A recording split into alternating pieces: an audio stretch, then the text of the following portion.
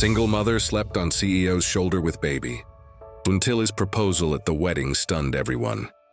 Before we dive into this heartwarming story that will restore your faith in unexpected kindness, don't forget to subscribe and hit that notification bell. Also, drop a comment telling us what country you're watching from. We love hearing from our global family. Now let's discover how a moment of exhaustion on an airplane led to the most surprising love story you'll ever hear. Maya Rodriguez shifted her 1-year-old son Diego in her arms for what felt like the 100th time as she boarded Flight 447 from Los Angeles to New York. At 27, she had learned to juggle motherhood with the demanding life of a single parent, but today had pushed her to her absolute limit. The baby carrier felt heavier with each step down the narrow airplane aisle. Diego had been fussing all morning, refusing to nap, refusing his bottle, and generally making Maya's life as difficult as a tiny human possibly could. Her backpack, stuffed with diapers, formula, toys, and emergency supplies, cut into her shoulders like dead weight. "Excuse me, ma'am. You're in 14B, the flight attendant said with practiced politeness, pointing to a middle seat between a businessman typing furiously on his laptop and an elderly woman already asleep against the window. Maya's heart sank. A middle seat with a fussy baby. For a 6-hour cross-country flight, she squeezed past the businessman, who made an obvious show of moving his expensive laptop away from her and Diego. The judgment in his eyes was clear. He was already annoyed, and they hadn't even taken off yet. "I'm so sorry," Maya whispered as she settled into her seat, trying to make herself as small as possible. Diego immediately began to whimper, sensing his mother's stress and responding to the unfamiliar environment. The businessman, tall, impeccably dressed with salt and pepper hair that screamed executive power, glanced at them briefly. Maya braced herself for the complaint, the request to switch seats, the eye roll that she had become accustomed to receiving from fellow travelers. Instead, he simply nodded politely and returned to his work. Maya fumbled with her seatbelt while holding Diego, who was now escalating from whimpering to full crying mode. Other passengers were beginning to stare. A woman 3 rows back made an audible complaint about people who bring babies on airplanes. "Shh, baby, please," Maya whispered desperately, bouncing Diego gently. "We'll be there soon, I promise." But Diego was having none of it. His cries filled the cabin, and Maya felt her face burning with embarrassment. She had been up since 4 a.m., working her overnight shift at the hospital where she worked as a nurse, then rushing to catch this flight to her sister's wedding in New York. The businessman beside her closed his laptop and turned slightly. Maya tensed, preparing for the complaint she was sure was coming. "First time flying with him?" he asked quietly, his voice surprisingly kind. "No, but he's having a bad day," Maya admitted, her voice cracking with exhaustion. "I'm sorry, I know he's disturbing everyone. Babies cry. It's what they do," the man said simply. "Don't apologize for being human." Something in his tone made Maya look at him more carefully. His expensive suit and confident posture screamed success, but his eyes held an unexpected warmth. This wasn't the reaction she had expected from someone who clearly belonged in first class, but somehow ended up in coach. "I'm James, by the way." "James Mitchell," he said, extending his hand. "Maya," she replied, shifting Diego to shake his hand briefly. "And this is Diego." "Diego," James repeated, and something magical happened. The baby stopped crying for a moment, as if recognizing his name spoken in this calm, authoritative voice. "You have kids?" Maya asked, surprised by Diego's reaction. A shadow passed over James's face. "Not anymore," he said quietly, then quickly changed the subject. "Long flight ahead. You should try to rest when you can." As the plane taxied toward takeoff, Maya felt some of the tension leaving her shoulders. At least her seatmate wasn't hostile. That was something, but she had no idea that this chance encounter was about to change her life forever. The plane reached cruising altitude and Maya's worst fears began to materialize. Diego, overstimulated and overtired, was cycling through every possible form of infant distress. He would cry for 10 minutes, fall into an exhausted micro-sleep, then wake up crying again. Maya tried everything in her maternal arsenal. She walked him up and down the aisle, until the flight attendants gently asked her to return to her seat due to turbulence.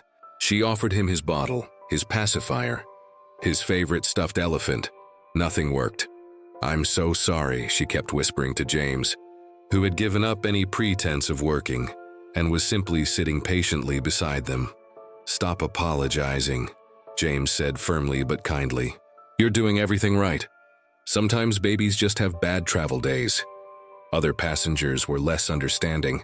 The woman behind them made increasingly loud comments about inconsiderate people and ruining everyone else's flight. A businessman across the aisle put on noise-canceling headphones with dramatic emphasis, making sure Maya saw his annoyance. Maya felt tears of frustration building in her eyes. She was exhausted, embarrassed, and running out of options.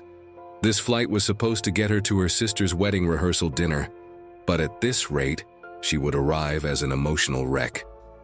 "Here," James said suddenly, reaching into his carry-on bag.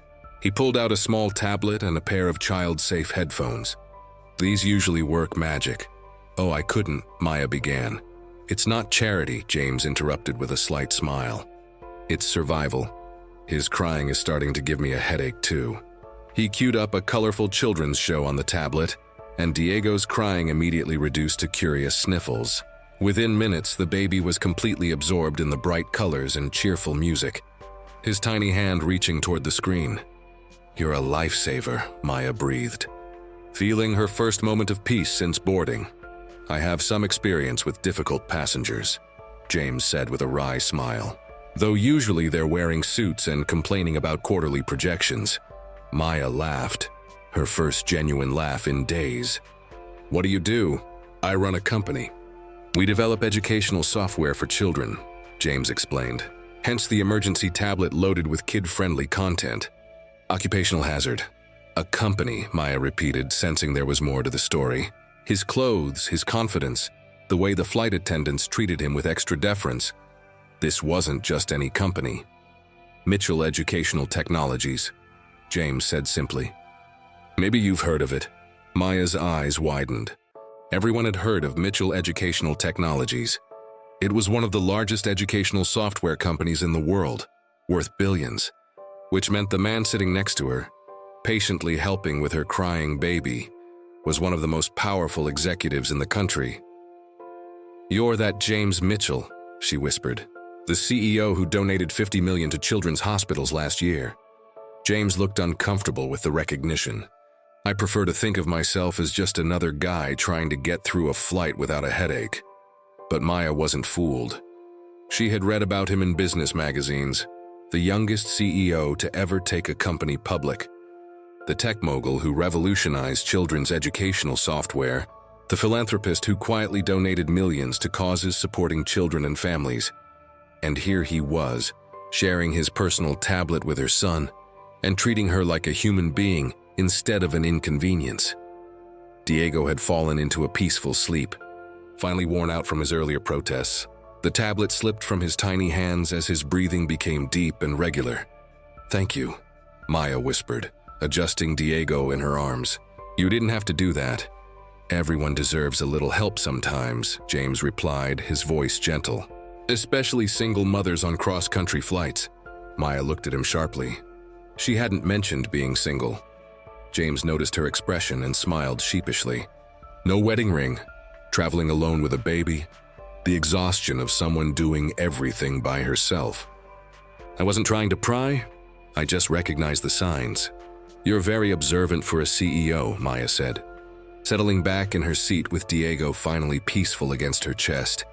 "You'd be surprised what you learn when you actually pay attention to people," James replied.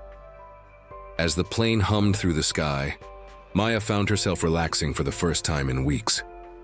Diego was sleeping soundly, lulled by the plane's motion and his earlier exhaustion, but Maya herself was still running on adrenaline and caffeine, too wound up to rest despite her own exhaustion. She glanced at James, who had returned to his laptop but was working more quietly now, considerate of the sleeping baby. His kindness to a stranger had been unexpected and genuine. In her experience, powerful men didn't usually have time for single mothers and crying babies. As her eyelids grew heavy, Maya felt herself beginning to drift towards sleep. The stress of the day, the relief of Diego finally resting, and the unexpected kindness of the stranger beside her created a perfect storm of exhaustion. Her head began to nod, and before she knew it, she was fast asleep, her head resting against James Mitchell's shoulder, her baby peaceful in her arms, completely unaware that this moment would change everything. Maya woke up gradually, aware of warmth and the gentle scent of expensive cologne. Her mind slowly processed the situation. She was leaning against something solid and comfortable. Diego was still sleeping peacefully in her arms, and the plane was much quieter than before. With growing horror, she realized she had fallen asleep on a stranger's shoulder. Not just any stranger. James Mitchell, one of the most powerful men in the country. She jerked upright, her face burning with embarrassment. "Oh my God, I'm so sorry. I didn't mean to." "It's fine," James said softly, his voice genuinely reassuring. "You needed the rest." Maya looked around the cabin and realized that most of the other passengers were sleeping as well. The overhead lights had been dimmed, and the flight attendants were moving quietly through the aisles. She had been asleep for hours. "I can't believe I did that," Maya whispered, mortified. "You must think I'm completely inappropriate." James turned to look at her directly, and something in his expression made her breath catch. His eyes held a gentleness she hadn't expected, mixed with something deeper, a kind of wonder, as if he had experienced something profound during those hours while she slept. "Maya," he said quietly, "I haven't moved from this position in 3 hours. Do you know why?" She shook her head, still embarrassed and confused. "Because watching you sleep with your baby in your arms, seeing the peace on both your faces, it was the most beautiful thing I've witnessed in years," James continued. "You looked like a Renaissance painting, Madonna and Child." Maya felt tears prick her eyes at the unexpected poetry in his words. "You don't have to say that to make me feel better about invading your personal space. I'm not saying it to make you feel better. I'm saying it because it's true," James replied. "My wife died 4 years ago. We never had children. She wasn't able to carry to term. Watching you with Diego, seeing that kind of pure, protective love, it reminded me of everything beautiful about family that I thought I'd never have." The confession hung in the air between them, intimate and unexpected. Maya studied his face, seeing the grief and longing he usually kept hidden beneath his executive persona. "I'm sorry for your loss," she said softly. "That must have been devastating." It was. "But today, sitting here with you and Diego, I remembered what it feels like to hope again," James admitted. "You slept on my shoulder for 3 hours, and I spent every minute of it imagining what it would be like to have this. A family. A woman who trusts me enough to rest against me. A child to protect and love." Diego stirred in Maya's arms, opening his eyes and looking directly at James. Instead of crying, the baby reached out with one tiny hand, grabbing James's tie and holding on with surprising strength. James laughed, a rich, genuine sound that drew smiles from nearby passengers. "I think he likes me. He has good taste," Maya said, then immediately blushed at her own boldness. "Maya," James said, his voice becoming more serious, "I know this is crazy. We just met, but I'm going to be in New York for the next few days on business. Would you have dinner with me? You and Diego, I mean. I'd like to get to know you both better." Maya's heart raced. This couldn't be real. Men like James Mitchell didn't ask single mothers from Los Angeles to dinner, but the sincerity in his eyes suggested he was completely serious. "I'm here for my sister's wedding," she said carefully. "I don't know how much free time I'll have. What if I said I'd like to be your date to the wedding?" James asked, surprising himself with his boldness. "If your sister wouldn't mind having a stranger there, you want to be my date to a wedding?" "We've known each other for 6 hours," Maya laughed, but there was hope in her voice. "Sometimes 6 hours is enough to know something important is happening," James replied. "Sometimes you meet someone and realize your life just divided into before and after." Diego gurgled happily, still clutching James's tie, as if endorsing this unexpected turn of events. Maya looked at this powerful, successful man who was offering her something she had never dared to dream of. Not just a date, but the possibility of a real partnership, a real family, "The wedding is tomorrow night," she said slowly. "Then we have tonight to figure out if this is as real as it feels," James replied. As the plane began its descent into New York, Maya realized that what had started as the worst travel day of her life might actually be the beginning of the best thing that had ever happened to her. But she had no idea that James was already planning something that would shock everyone at the wedding, including her. The next evening, Maya stood in front of the full-length mirror in her hotel room, hardly recognizing herself. The emerald green dress that James had insisted on buying for her during their whirlwind day of shopping fit her perfectly, making her look elegant and sophisticated in a way she had never imagined possible. "You look like a princess." "Mommy," Diego babbled from his playpen, where he was contentedly playing with the expensive toys James had also purchased during their shopping expedition. Their day together had been magical. James had taken them to Central Park, where he pushed Diego on the baby swings while Maya watched in amazement. He had insisted on buying her the dress, shoes, and even arranging for a professional babysitter so she could enjoy the wedding reception without worrying about Diego. "I can't let you pay for all this," Maya had protested repeatedly. "Consider it an investment in the most important business meeting of my life." James had replied with a mysterious smile. Now, as Maya applied the last touches of makeup, also purchased during their shopping trip, she wondered what he had meant. The day had been perfect, almost surreal in its fairy tale quality. James had been attentive, generous, and wonderful with Diego, but there was something in his eyes, a sense of anticipation that suggested he was planning something bigger than just being her wedding date. A knock at the door interrupted her thoughts.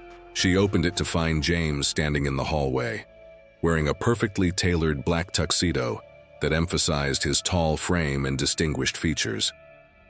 He looked like he belonged on the cover of a magazine. "You look absolutely stunning," he said, his voice filled with genuine admiration. "Your sister is going to be shocked when she sees you." "She's going to be shocked when she sees you," Maya replied. "I still can't believe you're willing to spend your Saturday night at a wedding for people you've never met." "I told you. This is the most important business meeting of my life," James repeated, offering his arm. "Shall we?" The wedding was being held at the Plaza Hotel, an extravagant choice that reflected Maya's sister Carmen's taste for luxury. Carmen had married a successful investment banker, and their wedding was a showcase of wealth and status that made Maya feel slightly out of place despite her beautiful dress. "Maya!" Carmen shrieked when she saw them approaching the reception line. "You made it! And you look, wow! Who is this?" "Carmen, I'd like you to meet James Mitchell," Maya said, still feeling slightly surreal about the introduction. "James, this is my sister Carmen and her new husband David." James shook hands with both of them, his executive charm on full display. "Congratulations on your marriage. You have a beautiful wedding." "Mitchell," David repeated, studying James's face. "That name sounds familiar. Are you in business in New York?" "I run a company called Mitchell Educational Technologies," James said modestly. David's eyes widened. "You're kidding me. Met? You're the James Mitchell? Dude, your stock price has gone up 40% this quarter alone." Carmen looked between Maya and James with growing amazement. "Wait, you're dating a CEO? When did this happen? Yesterday you were a struggling single mom." Maya felt her face flush at her sister's blunt assessment, but James squeezed her hand reassuringly. "Actually, we just met yesterday on the flight here. But sometimes you know right away when something is special." The reception was elegant and sophisticated, filled with Carmen's wealthy friends and David's business associates. Maya had expected to feel out of place, but James's presence beside her gave her confidence. He was charming with everyone they met, but his attention never wavered from her. During dinner, he listened intently as she told him more about her life, her nursing career, her struggles as a single mother, her dreams for Diego's future. She found herself sharing things she had never told anyone, feeling safe in his obvious interest and understanding. "You're an incredible woman." "Maya," James said as they danced to the band's rendition of At Last. "Strong, independent, devoted to your son. Any man would be lucky to have you in his life. Any man except Diego's father." Maya said with a bitter laugh. He decided parenthood wasn't for him when Diego was 3 months old. His loss is my incredible gain, James replied, spinning her gracefully. I meant what I said on the plane yesterday. Meeting you and Diego has reminded me what it means to hope for a family again. Maya looked up at him, seeing sincerity in his eyes that took her breath away. James, this has been the most amazing 24 hours of my life, but I need you to know, I'm not looking for someone to rescue me. I've been taking care of myself and Diego just fine. I know you have. That's part of what makes you so remarkable, James replied. I'm not offering to rescue you, Maya. I'm asking you to consider rescuing me. Before Maya could ask what he meant, the band stopped playing and David approached the microphone. Ladies and gentlemen, if I could have your attention for a moment. I understand we have a special guest with us tonight who would like to make an announcement. Maya looked at James in confusion, but he was already walking toward the microphone, leaving her standing alone on the dance floor as 200 wedding guests turned their attention to the front of the room. What happened next would shock everyone in attendance, including Maya herself. James took the microphone with the confidence of a man accustomed to addressing large audiences. The wedding reception fell silent, all 200 guests turning their attention to this distinguished stranger who had appeared at their celebration. Good evening, everyone, James began, his voice carrying easily through the elegant ballroom. I want to thank Carmen and David for allowing me to share in their special day, even though I'm essentially a stranger who appeared here as Maya Rodriguez's date. Maya stood frozen on the dance floor, her heart pounding as she wondered what James was planning. The attention of the entire room was focused on him, and by extension on her. Most of you don't know me, but my name is James Mitchell, and 24 hours ago, I was a successful but lonely widower who had given up on the idea of having a family, James continued. Then I met Maya on a flight from Los Angeles and everything changed. Carmen grabbed Maya's arm, whispering urgently, "What is he doing? Is he about to—" "I don't know," Maya whispered back, her eyes never leaving James's face. "Maya Rodriguez is the most extraordinary woman I've ever met," James continued, his voice growing stronger. "In 24 hours, she has shown me what real strength looks like. She's a single mother who works as a nurse, caring for others while raising her beautiful son Diego with grace, dignity, and endless love." The crowd was listening intently now, sensing that they were witnessing something unprecedented. Several guests had their phones out, recording what was clearly becoming a moment they would want to remember. Yesterday on that plane, Maya fell asleep on my shoulder while holding her baby. It was the most peaceful, beautiful moment I had experienced in 4 years. But more than that, it was the moment I realized I wanted to spend the rest of my life protecting that peace, being worthy of that trust. Maya's hands flew to her mouth as she began to understand what was happening. This couldn't be real. People didn't propose after knowing each other for 24 hours, especially not powerful CEOs to single mothers they had just met. "Maya," James said, looking directly at her across the crowded room. "I know this is crazy. I know we've only known each other for a day, but I also know that some connections transcend time and logic."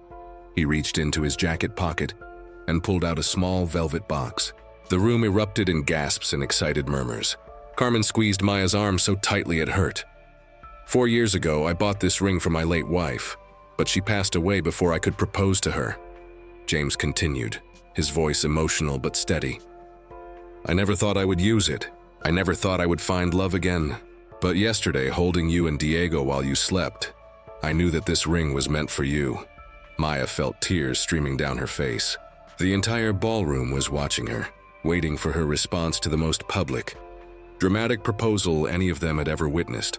Maya Rodriguez, James said, opening the ring box to reveal a stunning solitaire diamond that caught the ballroom lights like captured starlight. I'm not asking you to love me today. I'm asking for the chance to earn your love every day for the rest of our lives. I'm asking for the privilege of being Diego's father and your husband. He paused, his voice becoming more intimate despite the hundreds of people watching. I'm asking you to take a chance on the crazy possibility that sometimes the best things in life happen when you least expect them. The room held its breath. Maya was aware of Carmen beside her, of David grinning broadly, of 200 strangers waiting to see if she would say yes to this impossible fairy tale proposal. But mostly she was aware of James, standing at the front of the room with his heart in his hands, offering her and Diego a life she had never dared to dream of. "Maya," James said softly, but his voice carried through the silent room, "will you marry me?" The question hung in the air like a prayer. Maya looked at this man who had shown her and her son nothing but kindness, who had made her feel beautiful and valued and worthy of love. She thought about Diego, who had taken to James immediately, as if recognizing a father figure he had never known he was missing. She thought about the loneliness of raising a child alone, the exhaustion of being responsible for everything, the dreams she had put aside to focus on survival.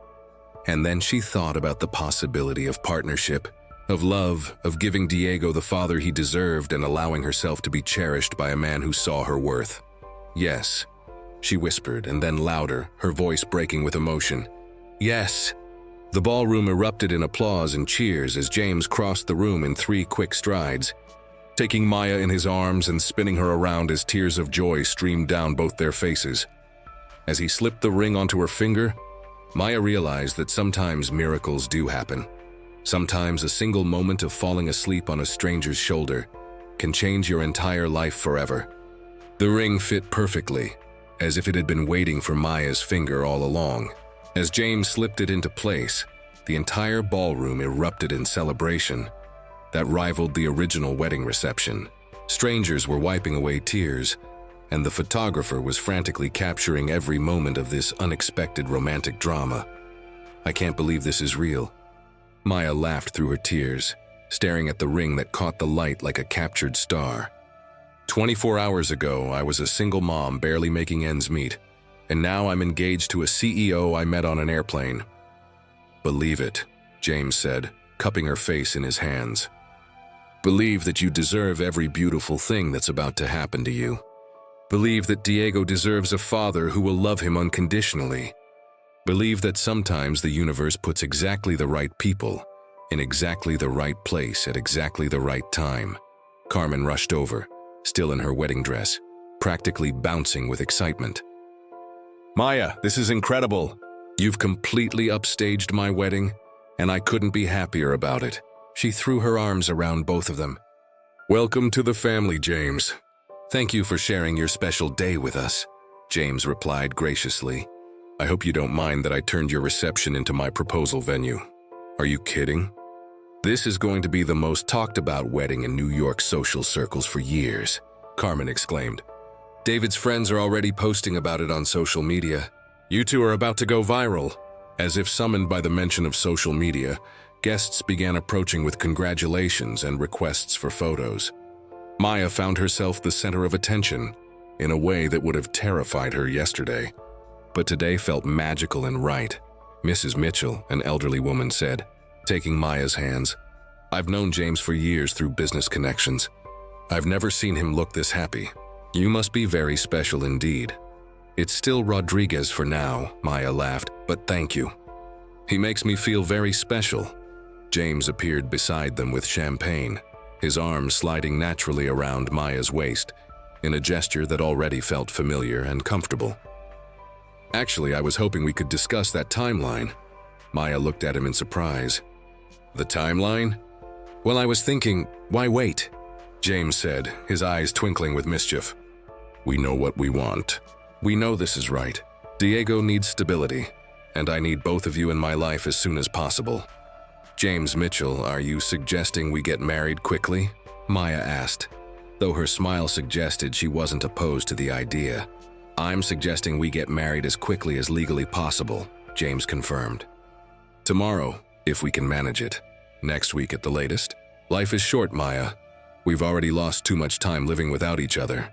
The romantic boldness of his suggestion made Maya's heart race. Every practical bone in her body said it was too fast, too crazy, too much like a fairy tale to be real. But looking into James's eyes, seeing the genuine love and commitment there, she realized that sometimes practical wasn't what mattered. "What about Diego?" she asked. "He needs time to adjust, to understand. Diego will have both his parents from day one. James interrupted gently. I want to adopt him officially, Maya. I want to be his father in every sense of the word. He'll never have to wonder if he's wanted or loved. Maya felt fresh tears streaming down her face. The generosity of James's heart, his instant acceptance and love for her son, overwhelmed her with gratitude and wonder. Yes, she whispered. Yes to all of it. Yes to marrying you as soon as possible. Yes to letting you adopt Diego. Yes to this crazy, impossible, beautiful life you're offering us. James kissed her then, right there in front of 200 strangers. A kiss that sealed their commitment and their future. The crowd cheered again, caught up in the romantic magic of the moment. As they broke apart, Maya caught sight of herself in one of the ballroom's mirrors. The woman looking back was transformed, radiant, confident, loved. She was no longer Maya Rodriguez, the struggling single mother. She was Maya Rodriguez, soon to be Mitchell, beloved fiancée of one of the most successful men in the country. Chosen and cherished and valued beyond her wildest dreams. I love you, James whispered in her ear, the words feeling natural despite their short acquaintance. I love your strength, your grace, your incredible capacity for love. I love how you've made me believe in family again. I love you too, Maya replied, surprising herself with the truth of it. Thank you for seeing me, really seeing me. Thank you for wanting us. As the evening wound down and the last congratulations were exchanged, Maya realized that her sister's wedding had become the launching pad for her own love story. What was supposed to be Carmen's night had transformed into the beginning of Maya's new life. Later, back in her hotel room with a sleeping Diego in her arms and her engagement ring catching the city lights from the window, Maya marveled at the turns her life had taken. Yesterday she had been exhausted, overwhelmed, and alone. Tonight she was engaged to a man who loved her son as much as he loved her. Planning a future filled with possibilities she had never allowed herself to imagine. Sometimes, she thought as she drifted off to sleep, the best things in life really do happen when you least expect them. Sometimes falling asleep on a stranger's shoulder is exactly the beginning you never knew you needed. Thank you so much for joining us for this incredible story of unexpected love and instant family. If this beautiful tale touched your heart, please subscribe to our channel and share it with someone who needs to believe in modern-day fairy tales. Drop a comment and tell us, do you believe in love at first sight? Have you ever experienced a moment that completely changed your life? We love hearing your stories, and they inspire us to keep sharing these amazing tales of hope, love, and the magic that can happen when we open our hearts to unexpected possibilities.